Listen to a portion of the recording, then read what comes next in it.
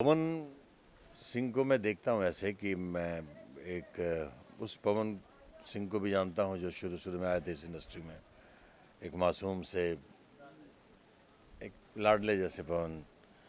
उसके बाद जब वो धीरे धीरे सक्सेस हुए, सिंगर से जब अभिनेता बन के सक्सेस हुए तो पावर स्टार हो गए और सबसे सर्वलोकप्रिय सब, मतलब मुझे लगता है कि पवन सिंह एक इकलौते ऐसे कलाकार रहे हैं भोजपुरी के जो इंटरनेशनली भी उनको जाने जाते हैं। लोग उनके गानों को जानते हैं, भले उनको शक्ल से ना जाने, नाम से ना जाने।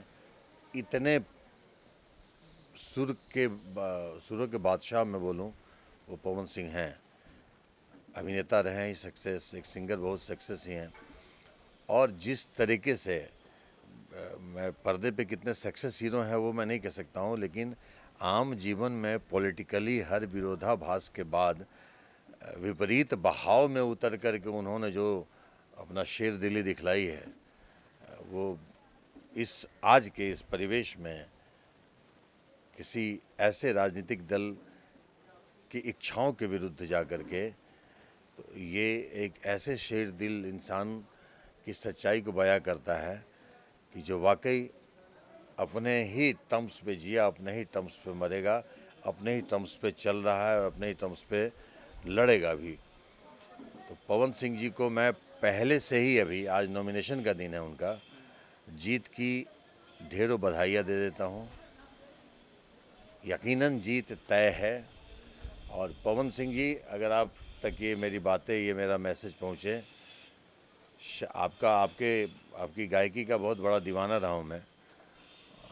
अभिनय के बारे में बहुत कुछ नहीं कह सकता हूँ क्योंकि आप जनता के बहुत पसंदीदा हीरो हैं, लेकिन आपके ये जो कदम, इतना साहसिक कदम जो आपने ये उठाया है, धैर्यपूर्ण कदम है, माँ की भावनाओं का कद्र करते हुए उनका आशीर्वाद लेके उस जगह पे जहाँ उतरे हैं ना, ईश्वर आपको अपनी गोद में ऐसे बिठाए हुए हैं। ऐसे अभी तक आप नहीं थे, अभी तक शायद लोगों के आशीर्वाद से आपकी ये जो ऊंचाई थी, लेकिन अभी आपको माँ के आशीर्वाद ने ईश्वर के गोद में बिठाया हुआ है। और मेरी तरफ से आपको जीत की अभी से बहुत ढेरों बधाइयाँ, बहुत शुभकामनाएं, और ये जीत मुबारक हो। Love you. कैसे जीत जीते? रहे हो दोस्त, कैसे जीत रहे जीते? हो। कैसे जीतेंगे जब तीन, मनोज तिवारी, रवि किशन, निरहुआ, तीनों पवन सिंह के खिलाफ चुनाव प्रचार करेंगे, कुशवाहा जी के खिलाफ, तो कैसे पवन सिंह, अकेला पवन सिंह कैसे जीतेंगे? मतलब इंडस्ट्री के ही भाई अपने ही भाई को दबाने की कोशिश कर रहे हैं। नहीं, सबसे पहले तो मैं, ये सब एक बातों की बातें हैं कि ये मेरे भाई हैं, ये मेरे भाई हैं। जब शरीर अलग होता है तो जीवन भी अलग होता है। जी हम दो यहाँ पे बैठे हुए हैं, जी हम दोनों का अपना जीवन भी है। जी आप जिंदा खुद धरती पे आए खुद, जाएंगे भी खुद। जी ये दो भाई और दो परिवार और दो ये कहने की एक सिर्फ बातें होती हैं, तो कि हम ये हैं। आज रवि जी अपने कन्विक्शन पे लड़ रहे हैं, अपने फ़ैन फॉलोइंग और अपने एक मजबूत कदम को वहाँ पे स्थापित करके लड़े हैं। दिनेश जी अपनी कोशिशों के बावजूद आज इस मुकाम पे पहुँचे हैं। उसके बाद मनोज तिवारी जी, सब ने अपनी अपनी चाहतें, अपनी अपनी कोशिशें लोगों के समर्थन के साथ अपने आप को उस जगह पे पहुंचाया है।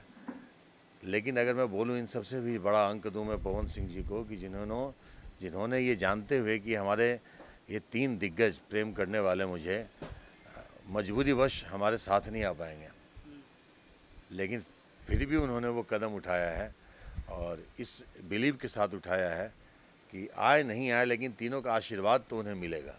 और ये सत्य है कि ये तीनों हमारे जो प्रेमी बंधु हैं, मनोज जी, रवि जी और दिनेश जी, आशीर्वाद तो पवन सिंह को देंगे ही देंगे।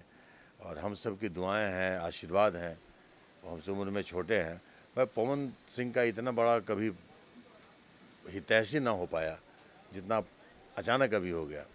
जो जुनून, जो भाव और जो मजबूती से ये आदमी अभी, जो समर्थन जनता में जिस तरीके से कारागार में समर्थन सेकेंडरी है। जनता का समर्थन बहुतों को मिलता है, जनता के समर्थन की बात मैं नहीं कह रहा हूँ।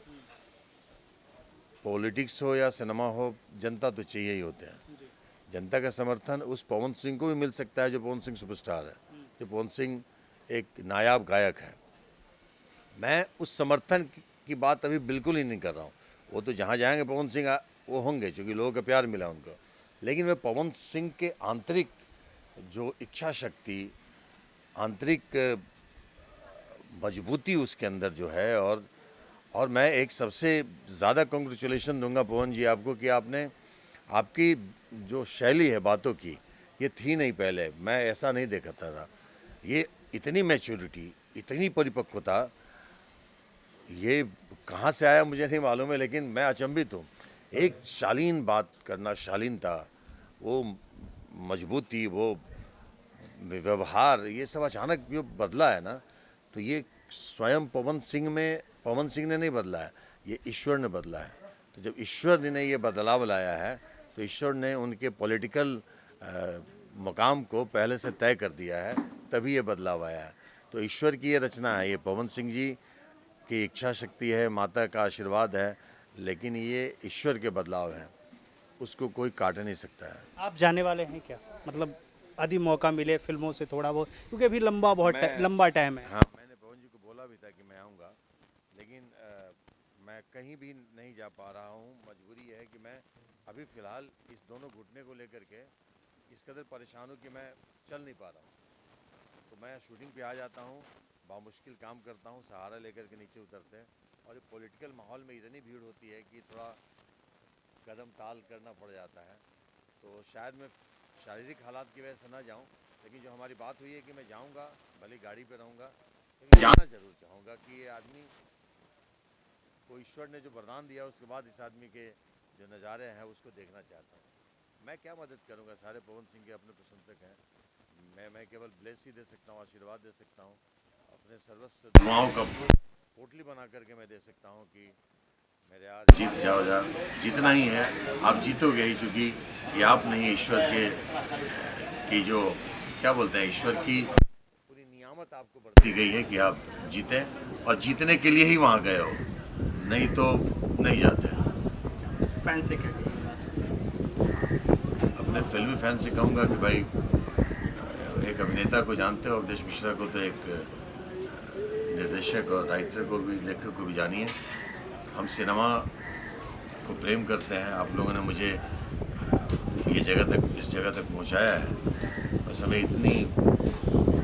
इतना आशीर्वाद दें कि हम अपनी सोच में, अपनी कोशिशों में कुछ हद तक भी अगर कामयाब हो गए, तो मेरा ये जीवन जो है, सिनेमा का जीवन, ये सार्थक हो जाएगा। क्योंकि मेरी चाहत नहीं है अनंत कि हम बहुत पैसे कमाएं, मुझे सच में पैसे की चाहत नहीं है।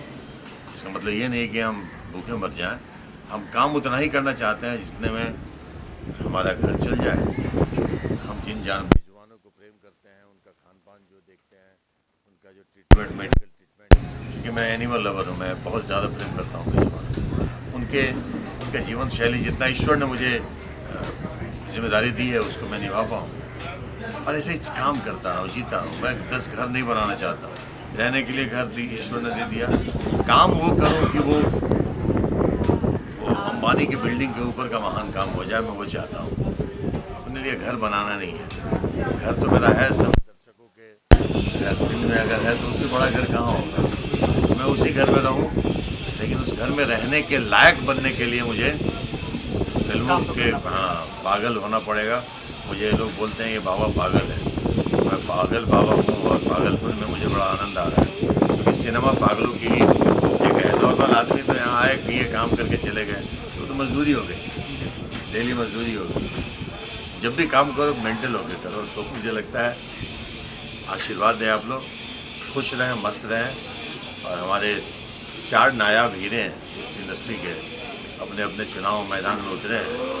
मनोज तिवारी जी, रवि किशन जी, दिनेश लाल यादव जी और पवन सिंह जी, इन चारों को आप लोग ढेर सारा आशीर्वाद दें, क्योंकि इन चारों का जनप्रतिनिधित्व करना हमारे सिनेमा इंडस्ट्री के लिए बड़े गौरव की बात है। और एक सिनेमा इंडस्ट्री में उनके जीतने से हम तमाम लोग गौरवान्वित महसूस करते हैं। ये गौरव हम लोग को बने रहे, इसका आशीर्वाद आप चारों उन जनप्रतिनिधि को दें। बस यही लव यू ऑल।